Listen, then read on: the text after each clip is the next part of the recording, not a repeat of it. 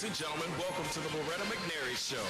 Ladies and gentlemen, please give a warm welcome to your host, Loretta McNary.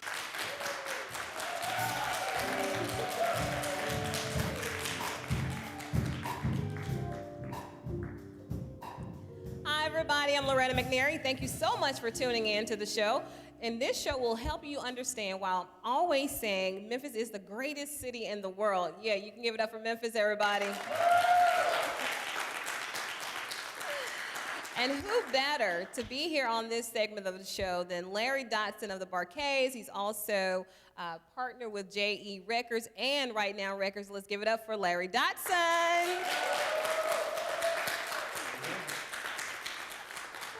I got to tell you, when I posted that you were going to be here, women were sending all this information, and men was like, you know what, I wanted to be Larry Dodson when I was growing up. And they said, well, I saw Larry perform. He still performs like he's 25. What is he on? So my first question is, Larry, tell him what you're on, because they said you still perform just like you did 20, 30 years ago.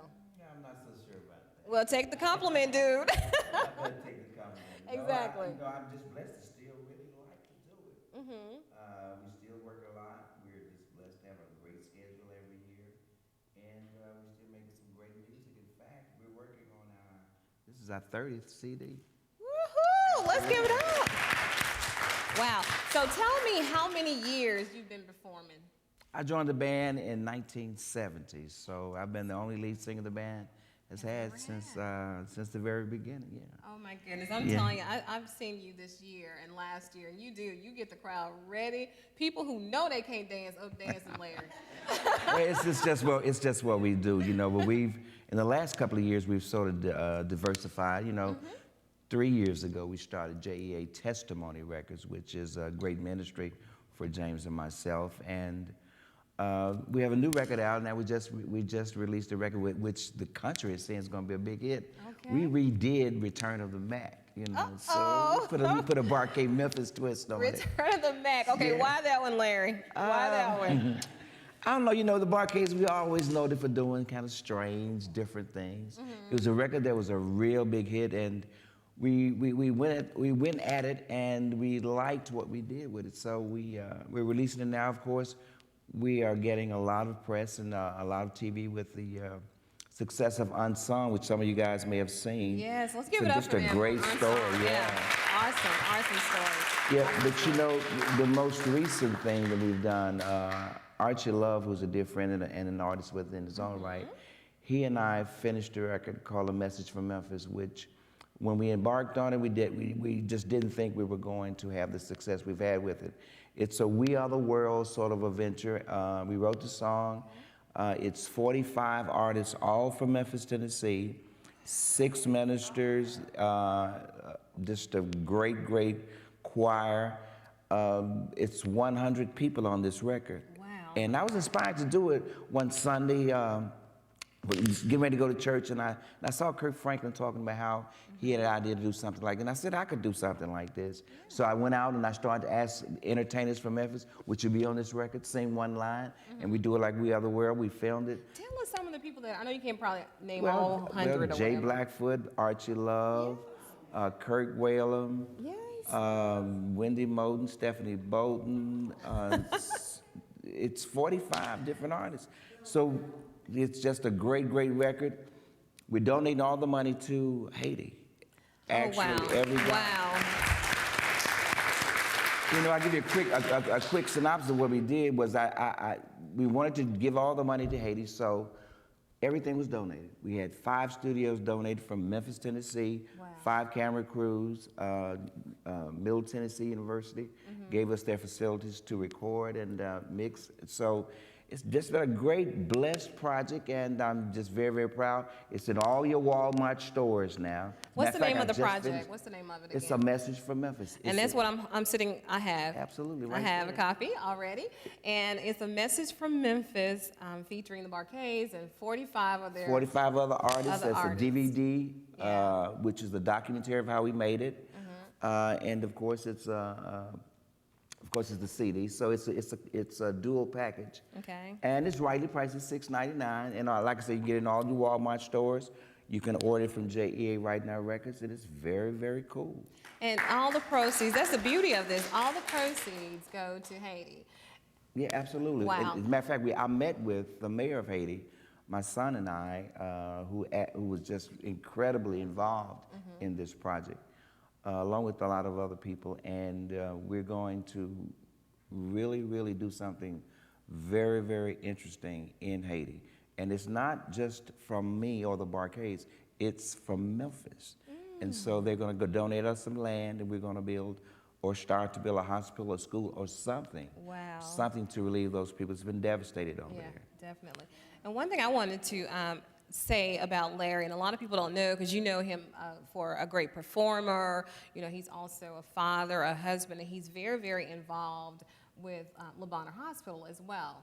You know, Absolutely. That's what a lot of people, he gives his time just endlessly on community events, and he's very, very passionate about the work that Le Bonheur is doing, and not to shed any bad light or anything negative on St. Jude, because they're, I mean, world-class hospital. We're very Absolutely. blessed to have them. But I think Le Bonheur is sometimes in their shadow. And one thing we were talking about, you said, you know, I got to do something. I got to be like their unsung spokesperson to tell everybody about the beauty of Le Bonheur. And he does this out of his own change, out of his own time. And so I wanted everybody to know that, because we only know you as this incredible world touring performer, you know, shaking and singing. Shaking and singing and like I making said, music. getting folk who But can't you dance know, to dance. What was interesting was we went to Le Bonheur when we started this project, and we asked them if they were going to send the 20 doctors back to Haiti, and they said yes. So we said, if you decide to send these 20 doctors back, we will channel some of the funds to that effort. Now, the city of Memphis houses all the money. None of the money comes to us. It's housed in the city non-profit fund. So you can be quite clear and understand that it's not going in my back pocket or anything.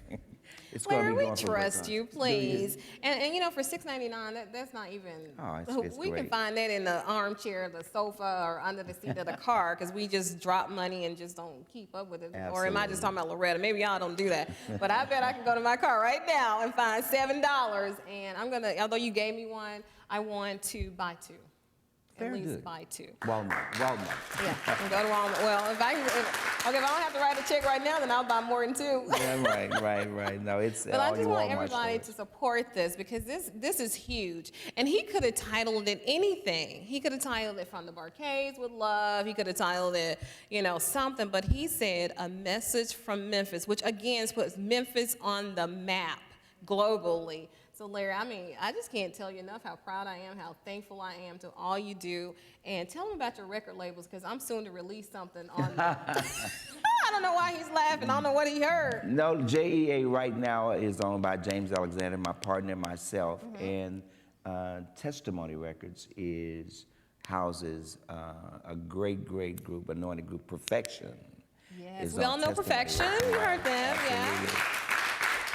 So we're doing stuff, you know, and James and I are having a great time.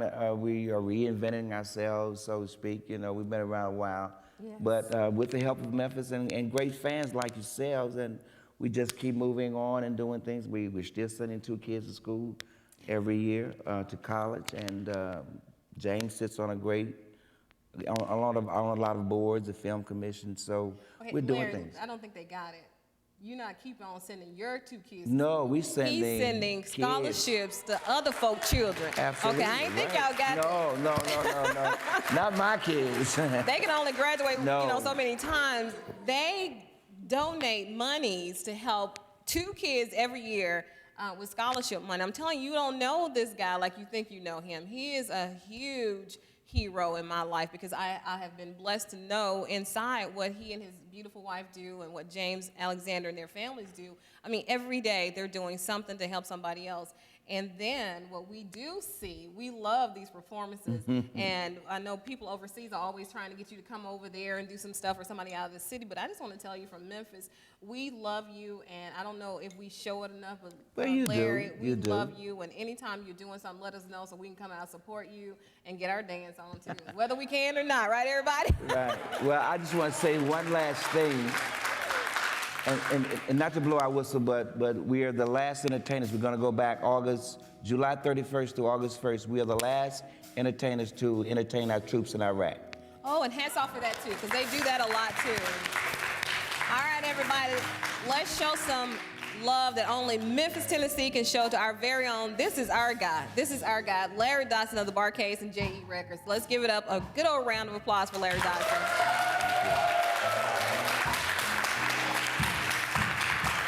Okay, and I know you already hear it in the background, but I want to turn it over for our break, and we're going to turn it over to the Will Graves and Soul Band. They'll be with us performing with the most melodic melodies you ever hear from Memphis, other than the Barcades. We'll be right back in just a moment.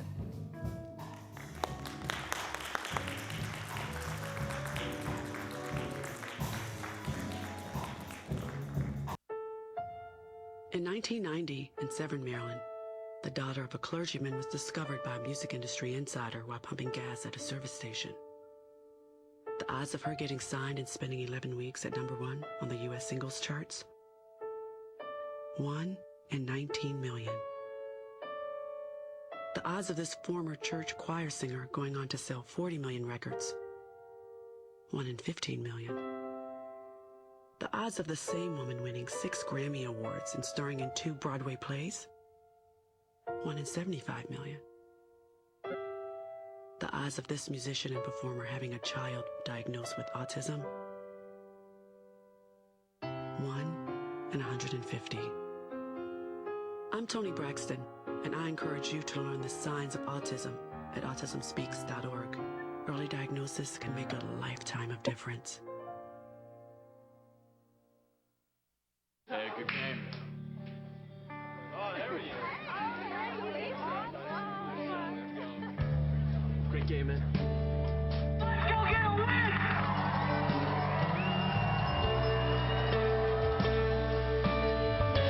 This year's MVP goes to Jake.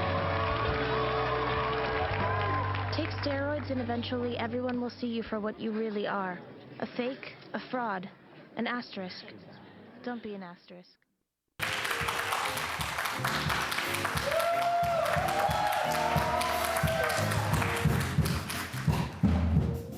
Hello, everybody. We're still here, and we're doing our feature segment, What's Great About Memphis. And, of course, you know, on the first few minutes ago, you saw the fabulous Larry Dodson. And so what I wanted to do now for the second half of the show is bring you one of our stay-at-home moms, because I know we don't talk to them a lot, and we don't understand all they go through. We think it's an easy job. But we're going to talk to Miss Deborah Bennett, and she's going to tell us, yeah, it's easy, but some days. Absolutely. That's right. I want to first thank you for having me here, Loretta. Okay. Because like you said, sometimes the job of being a stay-at-home mom is a lot more difficult than people think it is. Mm-hmm. I'm a proud mother of 2. My husband and I, Derek, is actually the breadwinner in our home. And it's a big challenge trying to find things in the summertime to keep the boys busy. Right. So we're off to looking for camps and finding relatives that want some extra company during summer. As a matter of fact, they are... How old are they? First of all, I know if they're going to answer the phone when you call. How old Absolutely, and they'll kill me if I don't mention their names. know. But I have 2 boys, 11 and 9 years old. Okay. And my son, Derek, who's the oldest, is going to be going into 7th grade this year. All right. And my youngest, Christopher, is going to be going into 4th grade. Okay. And I'm telling you, the time has passed so fast over these past few years. It seems like they were both just in diapers. But again, it's been a rewarding time to spend with the kids, to be there when they get home from school. And, you know, I have been a working mother for most of their lives, so they are really enjoying having me there during the What day. has changed for them, being boys and having their mom there, all of a sudden you're home every day? Well, I think the attention and the fact that when they come through the door after school, I'm there, and I'm not as busy and as rushed as I was before. Okay. You know, we were living under such a tight schedule with, you know, once I got through the door after work, it was just, okay, I got an hour to do this, I have an hour to do that. No transition time. Absolutely, absolutely. And before you know it, it's off to bed, and we start over again with our, 3 hours to spend together. Yeah. So I've really taken advantage of this time to spend with them and to get to know them in a little different way. So how long are you planning to be a stay-at-home mom? Because I thought about that too, and then I said, oh no. Well, you know, it was not exactly by choice for me, actually, you know, but some things work out. I started being a stay-at-home mother in February of this year, and I'm going to probably get back into the workforce when school starts. I'll take advantage of the summer. And see how it works. The summer months, absolutely. Do you think it's more difficult to be with them 24/7 than to go to corporate America and then come home and be with them? Because the thing that always was a struggle for me was the transition. And I would tell people, even when I would do seminars on single parenting, all that stuff, you know, park down the street, because they have these little radars. They know when you get home, and they're meeting you at the door. So if you can just park in the neighborhood somewhere, transition for maybe 30 minutes before you go home.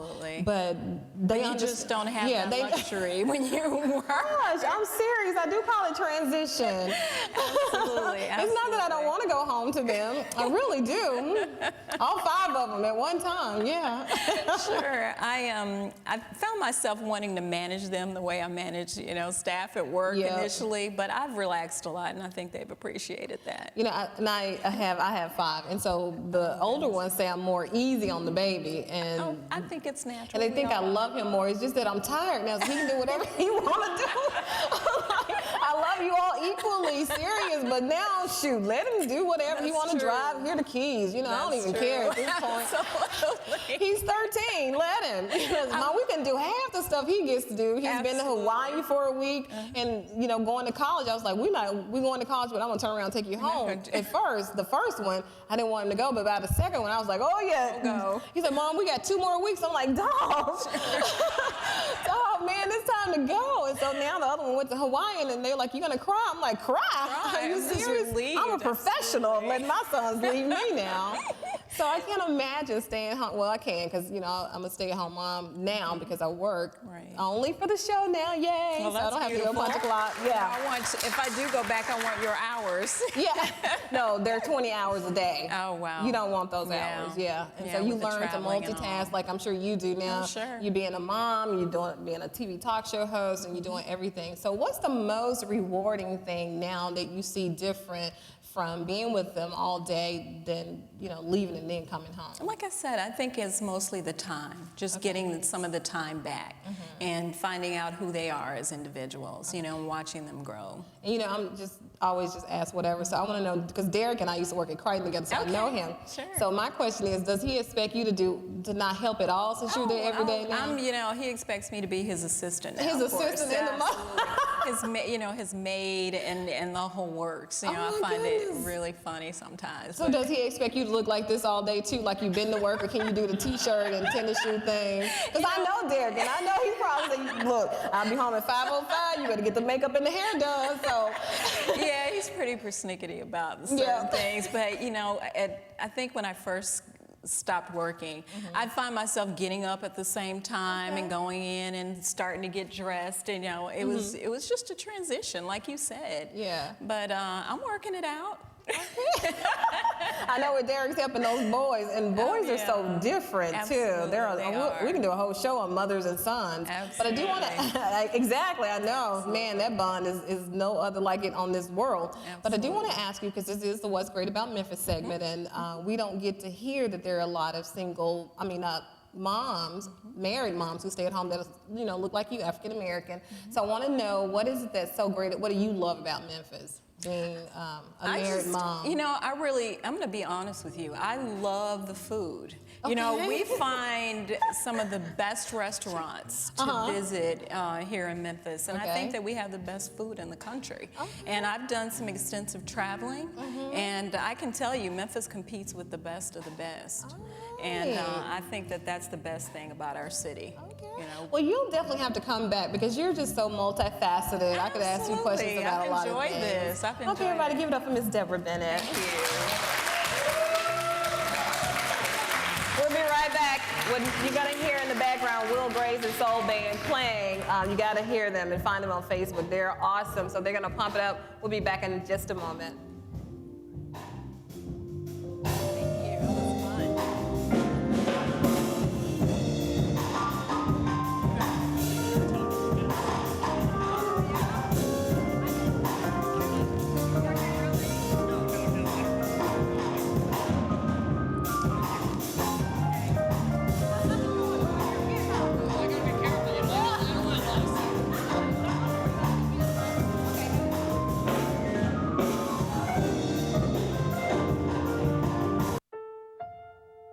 1890, in Severn, Maryland, the daughter of a clergyman was discovered by a music industry insider while pumping gas at a service station.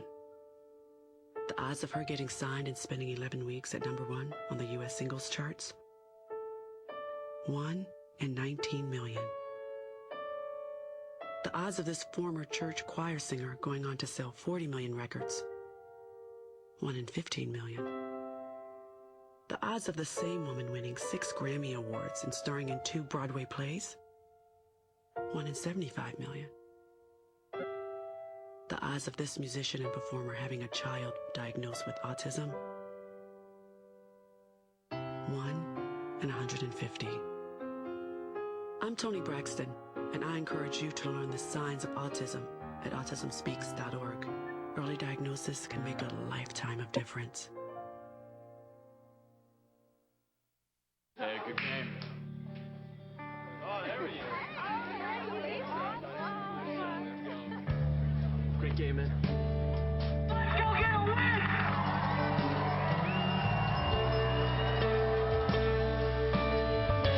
This year's MVP goes to Jake. Take steroids and eventually everyone will see you for what you really are. A fake, a fraud, an asterisk. Don't be an asterisk.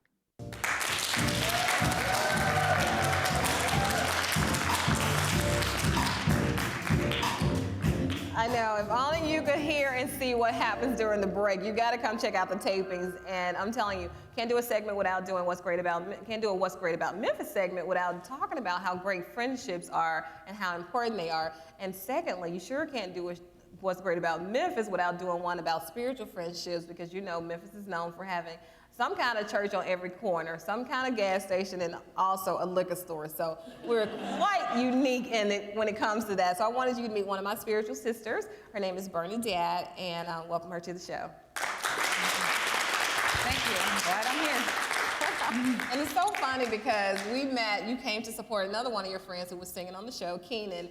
And I was telling you, I saw you, but I really didn't see you. I was like, okay, yeah, another person here, so cool. And I was tired that night, so I don't know why there was this thing where I really didn't, take time to really, mingle with you or whatever. And I think it was the enemy. I know it was the enemy now because God had more plans for us to become friends. Yeah. And so Bernadette emails me, and she tells me, you're gonna think I'm some crazy white woman, but I gotta tell you this. But first she starts it with, I just want to say you're an awesome TV talk show person, and I know you probably get some negative sayers sometimes because your dream is so big about being nationally syndicated. I just want to say I believe in you and I'm praying for you. I don't want anything. And that's a rare email, I'm telling you. Yeah, and for me, I didn't realize that was a rare email. The Lord had been pressing on me for a couple weeks to send it, but I had no way of getting a hold of you. Yeah. And so I kept just setting it aside, and the Lord kept bringing it back up, and I'd set it aside. And then I got an email from another lady, and she had sent out a mass mailing from Hope Church, and I don't ever look to see where emails come from. But the Lord this day, he had me look that day because I was thinking, well, I wonder what other ladies are going to go to this event, and I would know who they were, and I could say hello. And there was Loretta's name, and I was like, wow. So then I go to send the email, and I was like, no, she'll think I'm crazy. I can't do that. And so then the Lord just like, no, you need to do this. So I start doing the email, and I'm like, this is crazy. I can't do that, And that's the thing that I'm learning with the Lord. He wants to see if you'll be a fool for him. Yes. And so, can you all relate to that? If it doesn't feel funny and foolish? And so I just, within a minute, I just opened it back up and just said, you won't remember me. You don't know who I am, but I was at a taping in February, and so many people will take the time to criticize you, but rarely will we take the time to give someone praise. And so I said, I really loved your shows. I thought they were awesome. And I said, you just go, girl. You're just going after it and just do it. And I never thought I'd hear from you ever. I thought you click, open it. Yeah, she's a crazy woman, or you get tons of these emails. No, this woman, she calls me. Yeah. And I happened to be relieving at the front desk, and she's like, is Bernadette Van Warmer there? And I was like, this is her. And she goes, this is Loretta McNary. And I'm like, oh. She did, and I'm like, dog. Did I say I was Oprah or something? I did say I was Loretta, right? In this response was just blew me away. And so that first time we talked, we ended up on the phone an hour and a half. And it's amazing she still has a job because she was at work. Yes. Yeah. And I was like, and I don't do, my friends know I don't do personal at work, but it was like the Lord just going, and we had so much in common. I was just, when I hung up with her, I was like, oh my Lord, where are we going with this? Yeah. I just felt so connected to you. Yeah. And then, Because one thing, she is on her 3.5-year walk with saying surrender, total surrender to the Lord.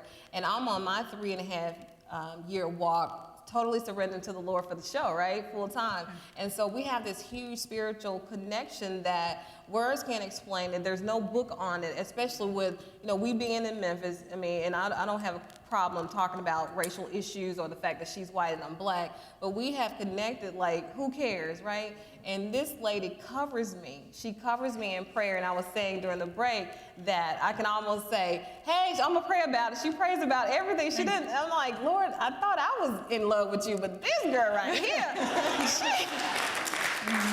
she makes me feel bad sometimes because she is just so on it. Loretta, I want you to read this. Here's a scripture. Here's this. And I'm like, dog, I was just listening to the Barcades. I ain't trying to read no scripture.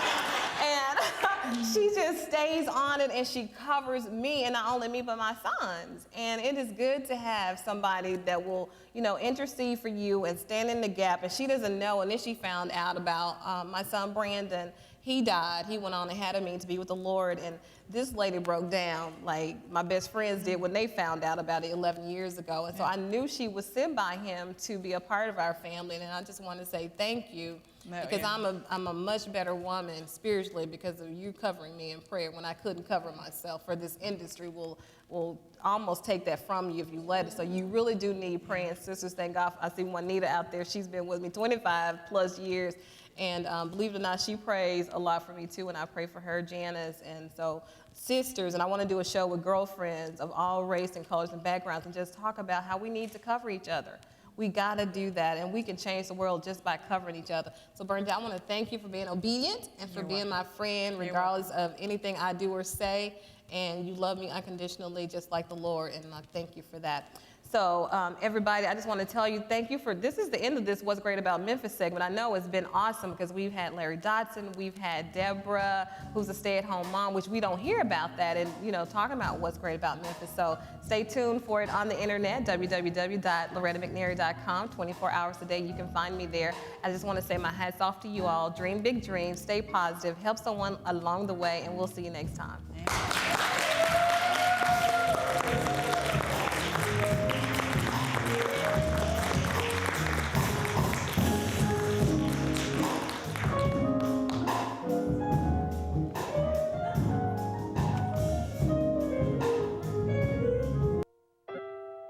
The odds of this musician and performer having a child diagnosed with autism?